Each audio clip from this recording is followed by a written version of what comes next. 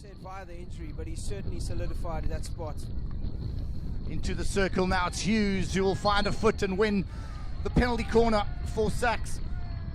Cry in that second castle, he's so effective because he just offsets the defence, goes to Cry, and there's been a break. And they're going to send Dicey back to the halfway line. As back to Cry, comes in, powers low and wide.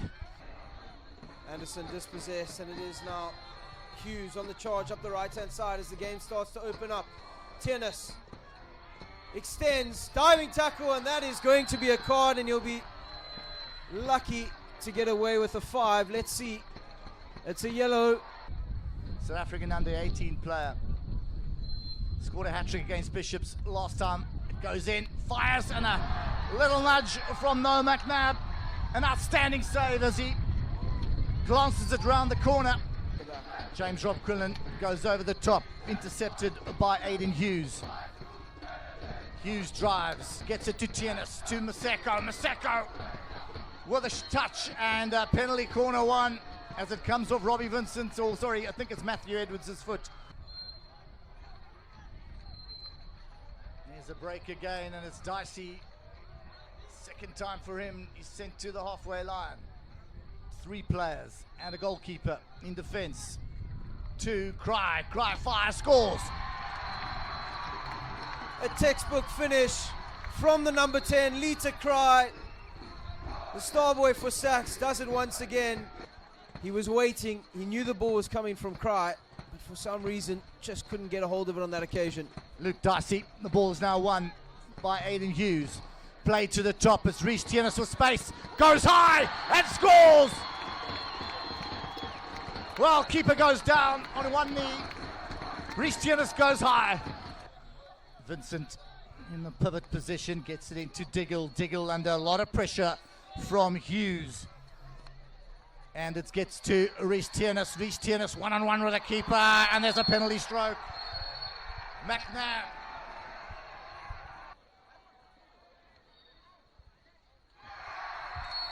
Cry scores from a penalty corner for a penalty stroke.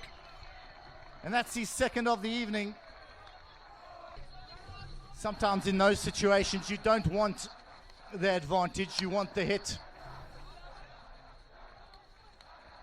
And Bishop's in a situation with no one home. They want the hit, not the advantage. And there we go. It looks like Tienes will just run this in, and it comes off the foot of James Rob Quinlan.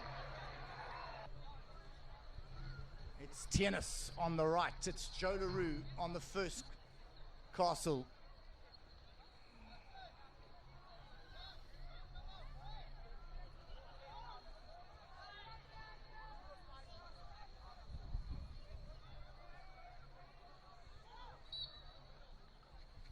Played to LaRue, fires in, gets a little nudge in, and it's a goal.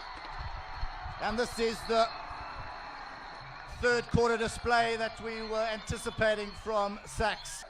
Get the 5th goal. Over the top it goes. Reece Tienes does well to field. There he is again on that byline. Scrambling defence from Bishops, and a penalty corner is won for the stick infringement. Ball played to the top. LaRue, in it goes. The same spot for LaRue. He's done it once, he can do it again. Into the midfield. Played out wide. It goes to Groves.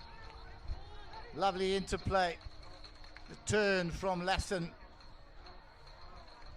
Played for the far posts. McNabb is there.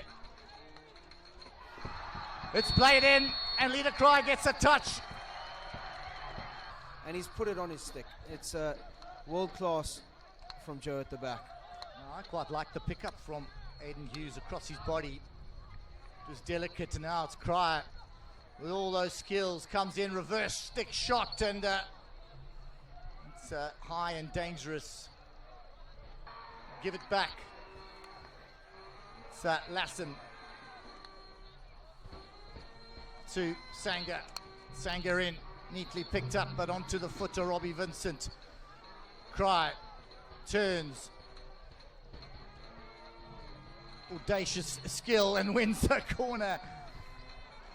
Bishops are just grateful to have a keeper in the box this time.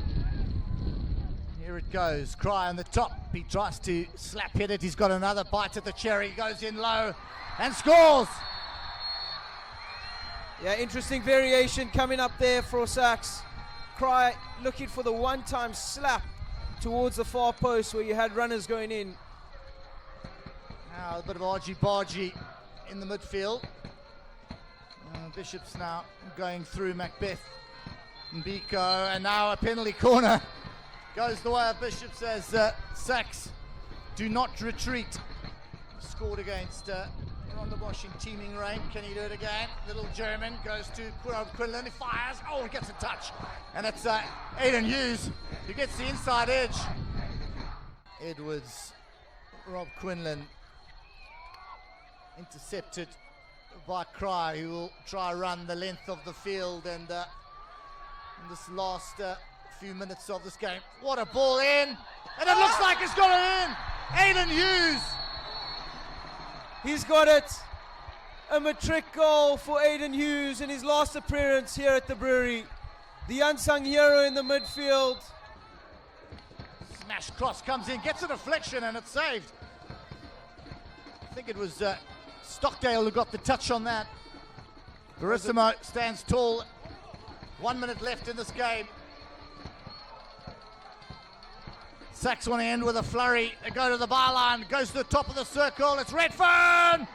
Saved by McNabb, penalty corner. Oh, that would have just been great. Another matric getting on the score sheet.